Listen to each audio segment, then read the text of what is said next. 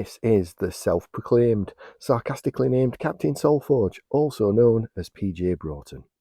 Welcome to the first ever inaugural episode of Captain's Call, the podcast and vlogcast by me, the self-proclaimed, sarcastically named Captain SolForge. I hope you enjoy it. It will always be in the region of 15 minutes because there are plenty of people podcasting for an hour, and I feel not everybody has enough time to spend an hour listening to a podcast. So usually going to be around about 15 minutes. In this episode, we are going to talk about Poker Face in SolForge Fusion. Keeping your own information to yourself, bluffing your opponent, that kind of thing. Now, there is room for it in the game. I'm not talking about cheating and not shuffling your deck properly and stuff like that. I'm talking about gaining knowledge based on your opponent's body language, face and stuff like that, and also how you can do that. So the first thing I'm going to talk about is an instance of my own gameplay where I was playing SolForge Fusion and I had Talisan in my hand. And my opponent said, "Oh, what an awful hand." And I was like, "Oh, so you got 5 bad cards then? Well, in that case, I shall put down Talisan and I'll activate it, and you can use one of those 5 duff cards that you don't like and that you don't think are that good." I've got to say regarding this card specifically, Talisan, just in case you don't know what it is a creature with an activate ability which says the enemy player may play a card for free, then you may play a card for free. Actually, it says at bronze and silver, and at gold, you can just activate it, you play a card for free, they don't. The first time I saw it, I didn't really like the idea of giving my opponent free cards, and it's grown on me. I think the main part about whether or not it's a good card is how good is their deck synergy wise. Are they going to get bonuses from playing extra cards? Things like Dark Heart Sorcerers, you don't necessarily want to be activating it for that. But yeah, they said players day, "Oh, I really don't like my hand." So first thing from this, I mean, they could have been bluffing, but I didn't feel that they were. So the first lesson about Poker Face in SolForge is don't talk about your hand being good or bad unless you're deliberately trying to say it's bad when it's actually good, or you're trying to bluff and say, "Oh, I've got an amazing hand," when it's bad. Maybe trying to talk them out of playing that Dark Heart Sorcerer. "Oh, I hope you've got Dark Heart because I've got Dreadbolt." Again, they're going to discover possibly you're bluffing eventually, but it's going to be interesting. And equally, if sometimes you're telling the truth, sometimes you're lying, and you always say it with the same intonation and you're doing it regularly, there is going to be some confusion given out to your opponent, and it may be a little bit unsettling. And again, we shouldn't be calling names, we shouldn't be being intimidating and stuff like that, but confusing your opponent by saying you've got cards you have or saying you haven't, that's fine. So I'm going to talk about my next point now, which brings me back to Dark Heart. So I was watching a game of SolForge Fusion on YouTube. Unfortunately, I can't remember which streamer it was, but Yunspire Games, Nathus, and the Fifth Cycle all stream games. So does Church. It was one of those. So there you go. Call you all out. One of you guys, trying to be fair. And one of the players had both Bronze Dark Heart Sorcerer in play and Silver Dark Heart Sorcerer in play. And he then played either 1 or 2 spells. And he played them and he's like, "Oh, I don't know if that was the right thing to do. I don't know if that was a good idea or not. Should I take it back?" And his opponent was like, "Yeah, if you want to, you can. And it's only a friendly game, it's not a tournament. You want to take it back, you can do." Very calm. And the player said, "No, it's all right, I'll stick with it." The opponent who was offering to allow them to take it back had Sonic Burst in their hand, which says destroy all creatures with 3 power or less at bronze. that would have taken out both Dark Art Sorcerers, and he proceeded to play it as his very next card and drop both Dark Art Sorcerers. If the player had have changed their mind, it would have been better for the player who allowed them to than it would have been for the player who'd actually played the cards. So sometimes if you make a mistake and your opponent's giving you the opportunity to take it back, it may be because it's actually better for them for you to do that. So I would always say for starters in a tournament, don't even ask. In a tournament, you shouldn't be asking to take things back unless you're a child.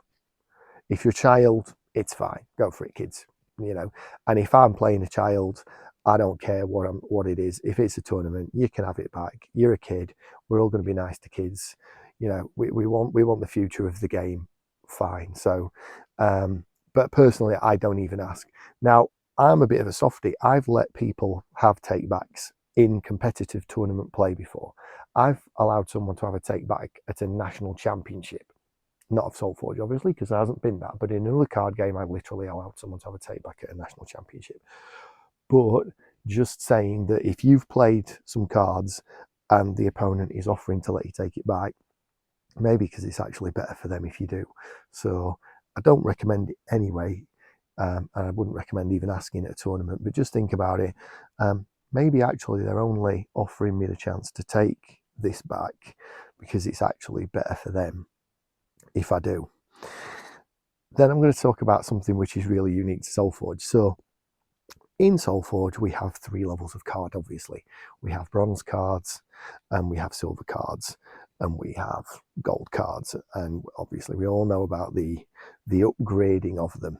But for me, this provides a unique opportunity to bluff, which other games don't have.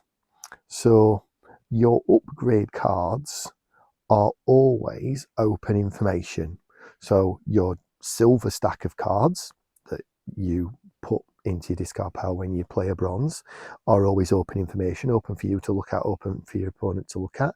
Same for your gold cards.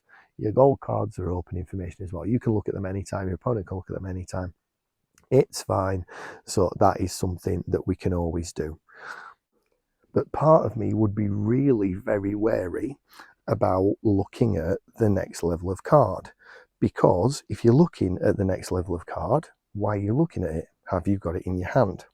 So take, for instance, a card like Necrovive.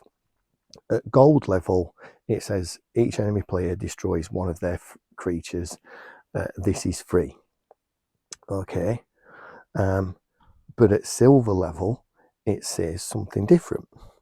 Okay, so at silver level, it says each enemy player destroys one of their creatures. If an enemy player has more creatures in play than you, this is free. So you could be looking at Gold Necrovive, trying to bluff them into not playing a creature. Because if you look at Gold Necrovive, it might mean that you've got Silver Necrovive in your hand. And I know what Silver Necrovive says.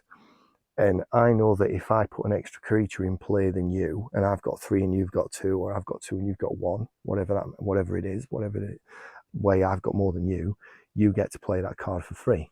So are you trying to bluff me into not playing an extra creature, or do you genuinely have Necrovive in hand, and are you looking at it just to refresh your memory of what it does at the next level? So I think the fact that when you've got bronze cards, you could be looking at silver cards. When you've got gold cards, you could be looking at gold cards, is a really unique opportunity to bluff that's unique to SolForge Fusion. As I say, it's a bit of a weird one to look at a card when you haven't got it. I would imagine most of the time when someone looks at an upgraded card, they're doing it probably because they've got the card in hand and they're thinking about playing it. It's not going to work if you only ever do it as a bluff. It's not going to work if you only ever do it when you've got the card in your hand. But if every hand you look at an upgrade card in if every bronze hand you just have a quick look at one, or every in cycle 2 maybe you have a look at one gold, or cycle 3 you have a look at a gold, they're never going to know whether you're telling the truth or bluffing. It's going to be really hard for them to tell, and again, it may discourage them from playing a card that would be better for them. It may help you. It may put them off playing playing an extra creature because they think you've got the Neck Revive, when the best play for them was to play Dark Heart followed by a spell. But they don't want to play it because they think you've got Neck Revive. So maybe they wait and then play it on the second card of the turn. So yeah, just another way that potentially you can bluff or be bluffed in SolForge Fusion. So that is the topic for this week. However, I'm now going to talk about UK Ultimate Championships. So I'm British. There isn't anybody in the UK that I know of podcasting or vlogging about SolForge Fusion yet. So you've got me. So with that in mind, I am going to be a little bit focused on Britain occasionally. So yeah, UK Ultimate Championships coming up a week from when this is going out. So on June the 3rd is when the Ultimate Championship is, but there's a 3-day event at the UK Games Expo. So day 1 is going to be a storyline event.